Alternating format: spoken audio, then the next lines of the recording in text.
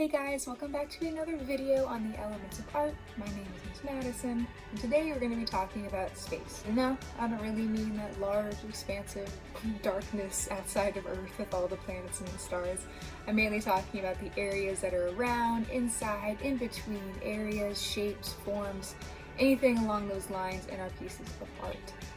Now, when we talked about texture, we talked about if you could really reach out and touch a sculpture, you could feel the texture in it. Well, in a 3D sense, a realistic space could also be a sculpture. If you think about how any sort of installation piece is sitting in any sort of area, that's space. It's taking up space.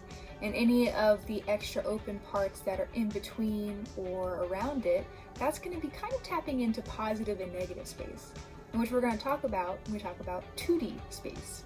We can talk about it in many different forms. We can overlap certain objects to make something look like it is closer rather than further away. There's a lot of ways that we can show realistically the space that we're trying to portray.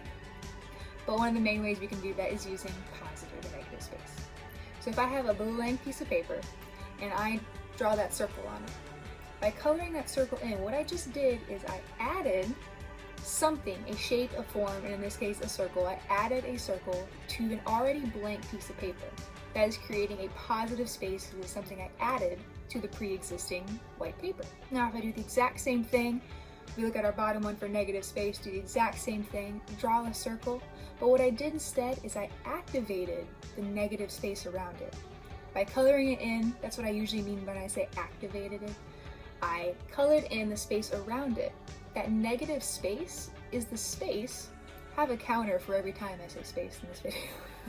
But that area around the circle, that is the part of the paper that got taken away from. When we drew that circle, we had to take away some area or space on our white piece of paper. So that is the negative space. It is the space that got subtracted from. Okay, so I started off by taking my piece of paper and folding it into 4 separate quadrants. I then made sure I drew a bunch of organic shapes but had one shape that went into all 4 sides. On my first square, you'll see there I filled in all of my positive shapes. Then on my second one, I filled in all the negative space. The third one, I did the same thing as the first, filling in all of the positive shapes, and then doing the same thing with the fourth one by filling in all of my negative space.